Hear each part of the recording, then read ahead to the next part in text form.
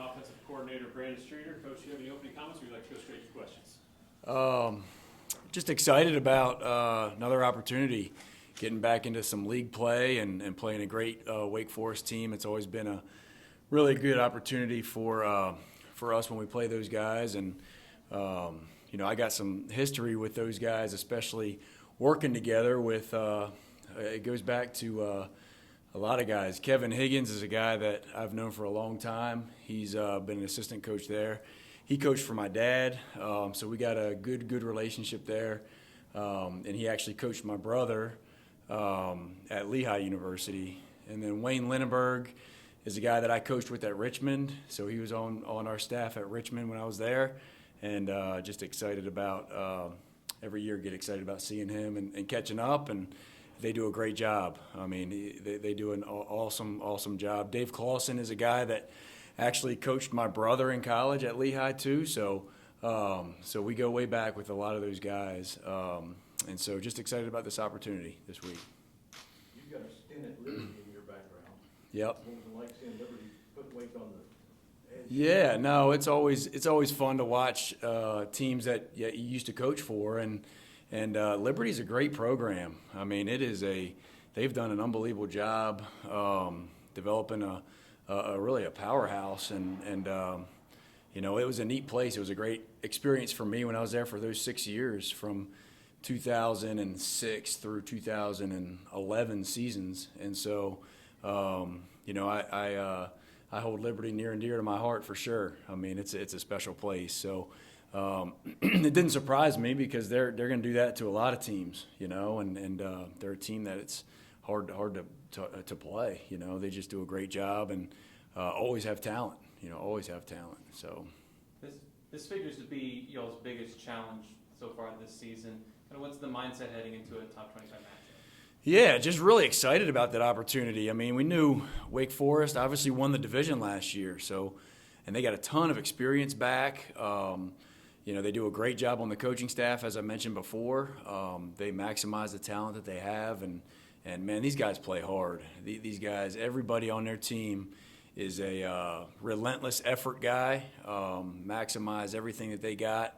And so it's going to be a big challenge for our guys. And getting back into league play, it's a big opportunity. So I think we're in a great spot as far as our confidence and knowing who we are as a team, and just feeling like we've been able to build and improve each week. And so going on the road, 12 o'clock game, of course it's going to be a big challenge. So just excited for that for our guys.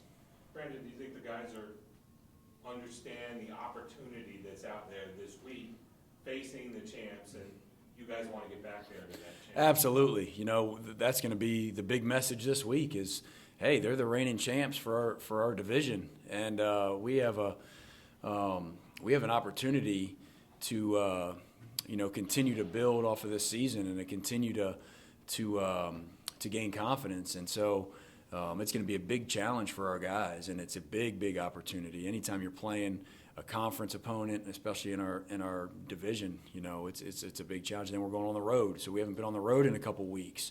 So we got to be those road warriors and be ready to play. But it's gonna be. I know our guys will be up for the challenge, and it's gonna be exciting. When you look back at the Louisiana Tech film, what did you see out of the offense, and what do you think has to take a step forward? Yeah, I felt like number one, I felt like we started fast. We had. That first drive of the game was a great drive, and like I said, got some points, and so we've been able to do that consistently in the beginning of games, so that's good to see. So we can build off of that, and then I felt like we were very balanced. We had a bunch of 280, I believe, rush yards and whatever it was, 230 or 40 pass yards. And so being a balanced team is something that we really like to be. If the defense is giving us what we need to, then I think it's one of those things that's important to keep them on their heels. And so we can build off of that. And then, our third down efficiency and our red zone efficiency has been really good. And so just gaining confidence from those last couple of weeks, That's something that we worked on in the off season. That's something that we've been talking about ever since last year, is that we really need to improve on. And so, just that goes hand in hand with our execution. And so I just think that, we're going to be able to build upon those things and have confidence in those things. And then just being more consistent, and making the routine plays. That's always something that we can work on, and something that I've seen in the first 3 games that we can get better at. Just leaving some yards and leaving some points out there that we could have capitalized on if we either make the throw, make the catch, make a block here or there. And once we get that going, we're just going to be even more explosive. Right. For the first 3 games, it seems like Beaux Collins has been able to consistently find the end zone. As a play caller, what does it mean for you to know that, hey, we got a guy that we can heavily rely on? Well, you said Beaux Collins and consistent, and that's who he is. He's a guy that comes to practice every single day and has that consistent effort and consistent mentality that you need to be, to be a good player. And it's shown. It has shown the last 3 weeks. And I know it's pretty neat because DJ and Beau played together in high school too. So, they know each other very, very well and their games very well. And so, but it's pretty neat to see. I think 2 of those are scramble plays, and then just another one was a big play this past Saturday. So, just having Beau find the end zone like he's been doing is very comforting, not just for me, but obviously for DJ and our quarterbacks, because he's been practicing really well and been a consistent guy for us. Describe what it meant to have Adam finally make his return. Oh, it was unbelievable. I mean, that kid has put so much hard work into this rehab, and he had a great spring leading up to his injury, and just really never thought it would be quite this early. But we saw how everybody kind of heals at different paces and in different ways, and came back a little bit earlier than we thought. But it was really, really neat. The kid is just a grinder, works his tail off, and deserves it. And he goes out there and earns it every single day. And so just to get him out there for a bunch of plays was good for him as a freshman, first time in Death Valley playing a game, and coming off of a major injury. So I know he built a lot of confidence from Saturday night. Coach, Fourth of the way through the season, is the offense about where you expected it? Maybe a little bit ahead of pace? Or?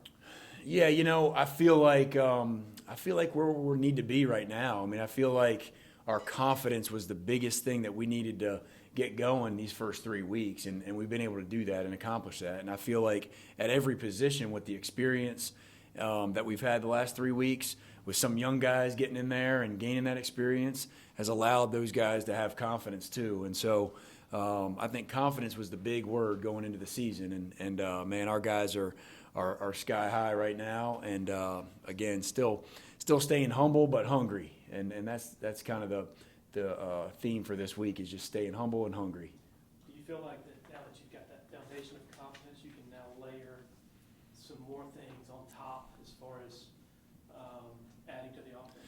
Yeah, I think so. I mean, I think anytime you got this confidence with an offense and as a play caller, I mean, you can continue to create and just be very, very versatile in a lot of different ways. And so, every week you have plenty of plays in the playbook or in the game plan that you don't get to, that you can kind of hold on to until that right time, and then continue to practice those plays. And so I feel like the more confidence you have as an offense and as an offensive coordinator who's calling the plays, it gives you an opportunity to maybe open up the playbook even more. Coach, Will Shipley's getting 10, 12 carries a game. Is that about right to keep him fresh and get the other guys a turn, or should that be more? No, it really just depends on how the game's going and who has the hot hand. I think, you got to look at it as a couple of different ways. I mean, it is a long season. Shipley is a tough son of a gun, and he'll run the ball 45 times if we want him to. But not just Will. We got Maffa, and we got Kobe Pace, and we got plenty of guys that are very, very talented that we really don't skip a beat when we have any of those guys in. And so I think that's that's a compliment to that room, being ready. And all three of them have played very, very well when they've gotten their opportunity. So Shipley, there's no doubt, is a guy that we can hang our hat on when we need to, and because he's going to bring it every single time.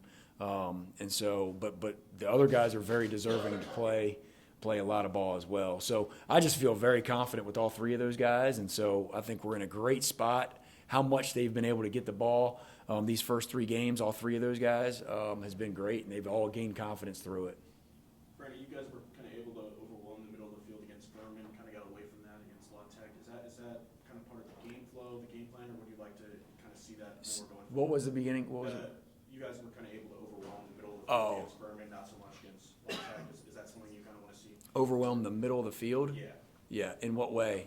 just, being able to make passes across the middle of the field. Oh, yeah. It really depends on the game plan and what they're giving us. We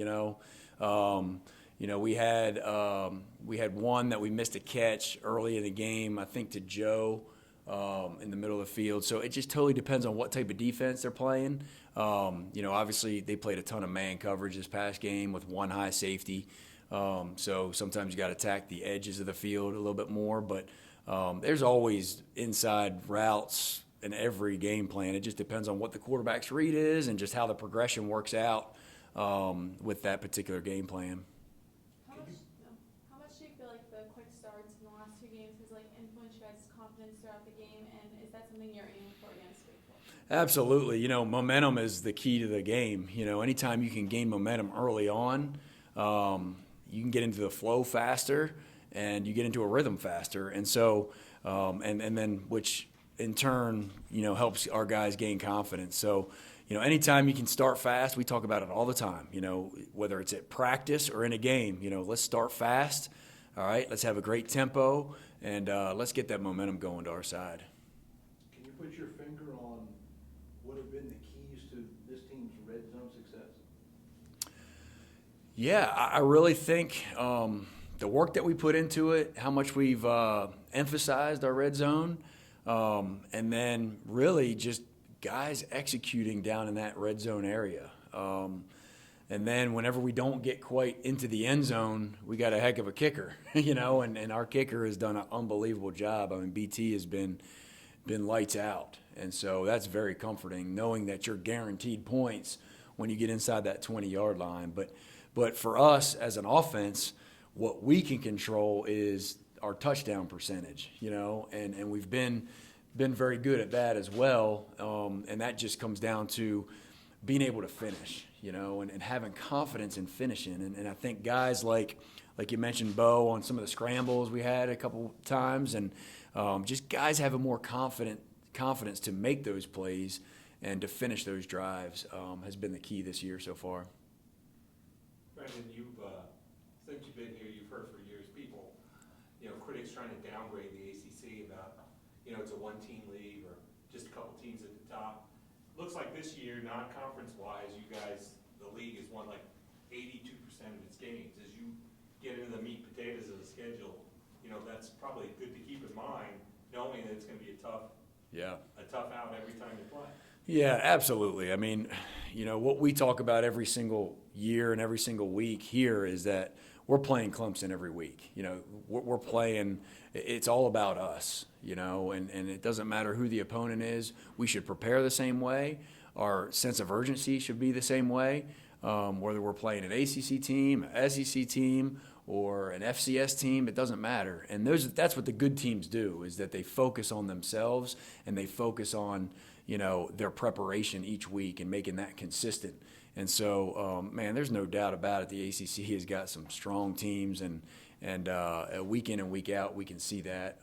So it's always going to be a competition every single week, and just excited about this week, getting back out on the road and playing a great team in Wake Forest. Yeah, that all being said, is it odd the way you guys have been able to put points up on Wake Forest even last year when they were, Atlantic champions? Yeah, we had a heck of a game last year. Last year was our best game of the year, probably one of our top games of the year as far as offensively explosiveness. I think we had 500 and some yards and turned the ball over a couple times too many. But man, we just kind of put it all together. So I think that can help our guys, build a lot of confidence going into this year and going into this game. It's a new defensive coordinator. Coach Lambert's done a great job there at Wake Forest this year. And then I know he was there previously for several years as well. So he's got a ton of experience at that school and has done a great job. So it'll be a great challenge, but just excited about this opportunity. Do you feel like the success against man coverage, downfield passing game is going to free up some opportunities in the running game as a result of defenses having to honor that a little more? Is that your hope? Yeah, I guess it depends on how you look at it, because man coverage, you got to be able to make the one-on-one plays, and create the one-on-ones in man coverage. And so the quarterback's got to give a chance for the receivers to make a play, and then the receivers got to be able to make those one-on-one catches too, and be able to do it consistently is the key. And then when they're playing man coverage, a lot of times they're going to have an extra hat in the box to defend the run game, and so we got to do a great job of fitting it up front. And then a lot of times there's an extra hat in the box. Our running backs have done a great job of counting for those extra hats by either making them miss or running through tackles and things like that. So you got to be able to run the ball no matter what, but we got to take advantage of what they're giving us. Any questions for Coach from Zoom? Brandon, this is Matt. I know Dabo said the one sack was on DJ. Just what would you have liked to see him do better on that play? It seemed like the pressure got there pretty quick. Yeah, it did. We were hot, so they flipped we flipped the protection, and then they flipped their call. Did a great job, good call on defense. But DJ's just got to understand that we're hot right there, meaning we got an unblocked guy coming. We don't have enough guys to account for all the guys that they were bringing. And so, he's just got to have that time clock in his mind and in his head and be able to get rid of the ball and throw it away and just, hey, it's okay if we punt. We got to punt sometimes. Let's just not take a sack. And so, we learned that lesson on Saturday night for sure. And it also seemed like they were trying to disguise stuff and maybe move into stuff late. Just how did you feel like overall the offensive line did and DJ did of kind of recognizing that? Yeah, I really felt like we did a good job of recognizing some post-snap stuff, post-snap recognition with how they did disguise, and then also up front a little bit of stemming here and there, and just our guys in offensive line, we talked about communication all week long and just being able to communicate when they move up the front a little bit and third down. They did some funky coverages, but funky fronts especially, where they mugged up a lot of linebackers up on the line of scrimmage, and we really had to challenge our guys to communicate up front so that we knew what they were doing at quarterback and we knew what they were doing at running back, and everybody being on the same page. And I really felt like our offensive line is protecting the ball, protecting really well. Like I said, that one sack was not on the offensive line at all. They had an extra guy. So, man, DJ had some good time on Saturday night. Proud of them for that. And then I felt like in the run game, it was our best game as far as fitting up defenders and just having the hats in the right spot. And, again, it came down to communication and being on the same page, which was good to see. Hey, Brandon, I know you got to know Chase Brice pretty well during his time at Clemson. I'm curious, did you see the final play against Troy on Saturday? What sort of national attention that he is finally getting for his game? Well, I'm so proud of Chase. He has been he's been an awesome kid. I love that guy. We had a great relationship when we were here, and I'm just happy that he's happy. He's doing some really, really good stuff. He's had a great program with App State, and man, it was exciting to watch that last. I saw the replay of that last play and the Hail Mary play, and it's really a great teaching moment for a lot of programs out there, that how important that last play is and why you work it every single week, but just to see him succeed like he's doing has been really, really special. And then not just this week, but last week against Texas A&M, being able to come out on top, and I'm just excited for him and his journey. Everybody's got a different journey, and his journey is paying off, and it really comes down to him putting in the work and being positive throughout the whole journey. He threw that pass and then he went over to the sideline and was helping fans climb down onto the field and like helping them get over the wall onto the field. I assume that kind of sums up who Chase Brice is pretty well. Yeah, he is a very well-liked guy. I mean, everybody on the team loved Chase Brice when he was here, and I'm sure that's the same at App State. I mean, he's just he gets along with everybody. Every position group wants to be around him. He just attracts everybody. So he's one of those guys, man, that everybody has fun around him. Thanks, man. Anybody else for Coach? I guess, in terms of Adam, obviously Antonio's had Administrator, it's Anna. I was just wondering if you could kind of describe Wake Forest defense, just kind of what they like to do and how they like to defend. Yeah. First off, they're very experienced, a very veteran group. They got a lot of guys back from last year, a lot of older guys, and so they play very confidently. They play very, very physical, very relentless effort at every position. They do an awesome job with that. There's no doubt that they are relentless players and physical players. And they play a lot of 4-down fronts and stem some, and they play a variety of different coverages, whether it be 1 high and 2 high. They play a lot of man coverage, so they do mix it up. But they all know what they're doing, and they play very fast, and they don't make many mistakes at all. They're very smart. So it's going to be a big challenge for our guys. There's no doubt about it. Last one here, John. Antonio, we've seen him make a really big impact early as a freshman. With Adam, whether it's the knee in terms of getting into full stride or mentally, how much opportunity do you think there is for him to grow into a player who can have that kind of impact this season? Yeah, I think, Adam had a great start the other night just to get out there and get that experience under his belt. And he's a guy that's just going to continue to get better and better in both of those areas, with his knee just feeling more confident out there. And then also just being able to, being in the shape that he needs to be in for playing multiple plays in a row, and then just having that experience out on the field is going to help him grow tremendously.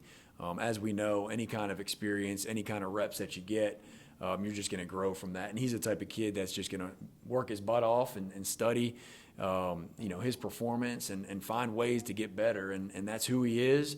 So I expect nothing less than him going out there and just continuing to improve each week. All right. Thank you, Coach. Thank you, guys.